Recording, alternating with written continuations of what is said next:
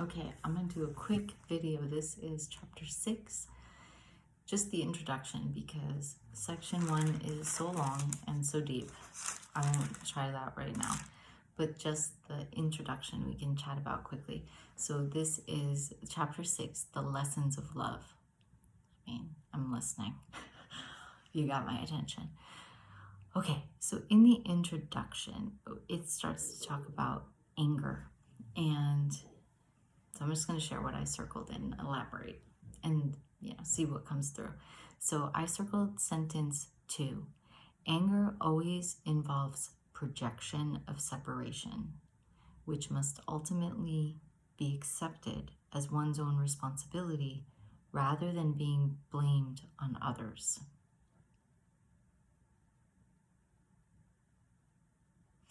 I'm just listening. Okay. Anger cannot occur unless you believe that you have been attacked, that your attack is justified in return, and that you are in no way responsible for it. Okay. Anger always involves projection of separation, which must ultimately be accepted as one's own responsibility, rather than being blamed on others. Okay, and I'm just breaking this down because it's sort of like,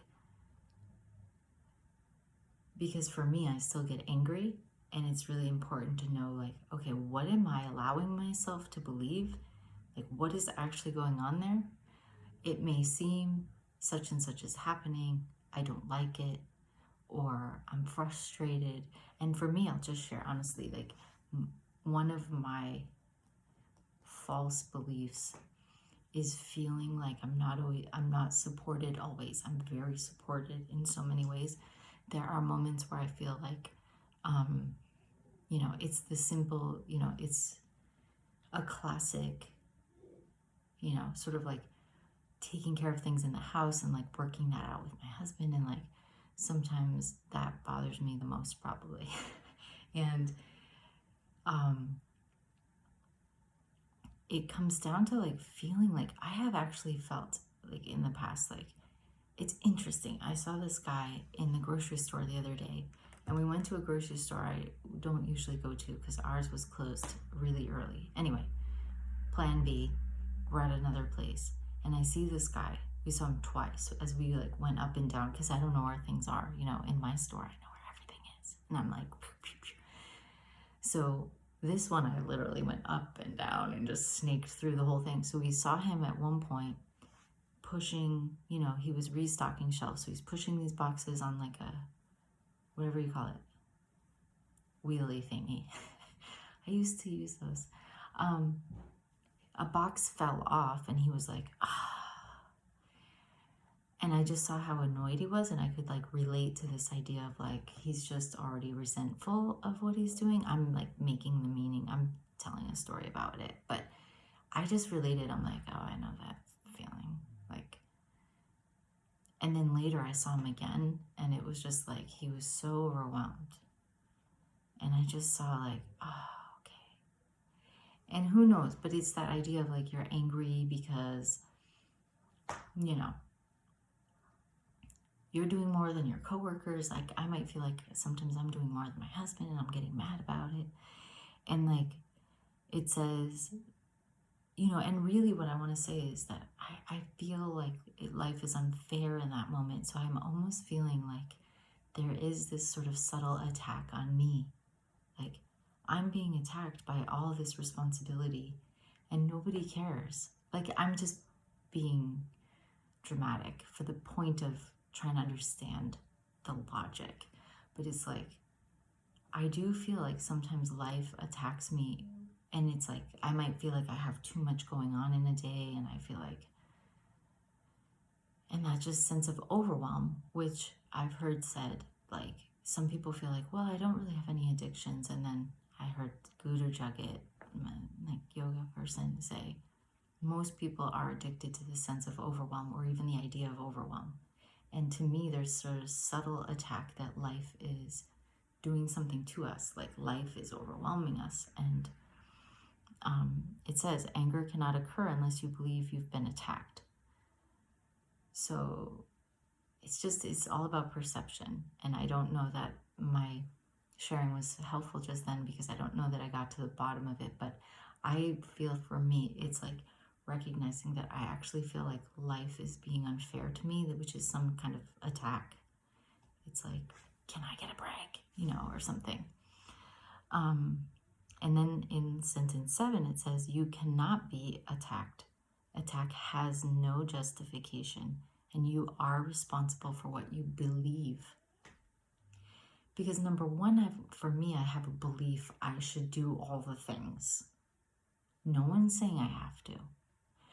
My husband's not saying I have to. I put upon myself, I have to clean all this up. I should clean it all up. I want to clean it all up by the end of the night. And like in my day, I should do all these things. I want to do all these things, but like no one is making me do any of them. I choose to do them, and then I choose to get angry that he doesn't have the same plan as I have. And no one is doing that to me. So my example may be simplistic, but it says you're responsible for what you believe, because it's so helpful. Because if life were to constantly adjust to our dysfunction, we would never get to this place of pure knowing. Like, I don't know, we wouldn't get to that magnificent place. It's kind of like, I don't know, I'll try to work with it, but it's coming to me like, it's just like a training program, It's like, it doesn't accept anything less than just like a purity of thought and a purity of, a pure alignment with the truth. So it's like, I don't have to clean anything up. I'm choosing to. I choose. That's the truth. I'm choosing what I'm believing, what I'm doing, what I'm saying. It's a choice. So, okay. Paragraph 2, line 2. Everyone teaches and teaches all the time. You know that when you're a parent, you're like, oh God, that's a really clear message that I'm always teaching. But it's for everyone, even if you don't have a child. And then line 4, finally. Once you've developed a thought system of any kind, you live by it and teach it. So, okay. I think it's interesting because the Course is constantly, well, very frequently speaking to us like, you're always teaching. And our teacher says like that we're always teaching the efficacy of our choices. Anyway, but we're always demonstrating. We're demonstrating something. So when I demonstrate anger, or if I choose to, it's just like, it's really helpful just to have it broken down like, yo, let's get it, don't get it twisted. And it's not that it's funny, but it's important. It's important to look at yourself and see where you get tripped up, and then zoom out and be like, what was I believing in the moment? Because that's the Byron Katie thing. You're never upset for any of the things around you. I mean, the Course says you're never upset for the reason you think. And Byron Katie's like, you're only upset because of what you're thinking and believing. And that is your choice. That is your responsibility. Okay, we'll say a quick prayer. So grateful for the illumination of truth. And in this moment, we are welcoming in any repeated patterns of anger or frustration, or even a different form of like depression or sadness.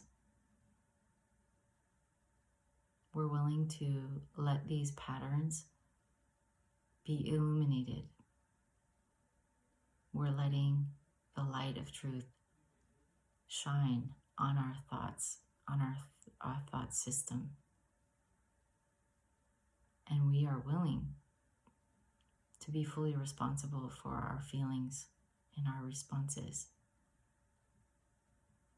And if we're not really willing, we're willing to get to that point. We're interested. And so we relinquish this idea right now. We're willing to release the grasp of the thought that we can be attacked or hurt and that we must defend ourselves. We're giving up this idea that attack and defense has power. We're more interested in living in the truth that sets us free. We're more interested to be nonviolent in our thoughts, in our words, in our actions, to let love heal a situation. And so we're grateful. We're grateful for this chapter and what's coming around the message of the crucifixion and all the lessons of love. We are so interested to teach only love, for that is what we are. And so it is. Amen.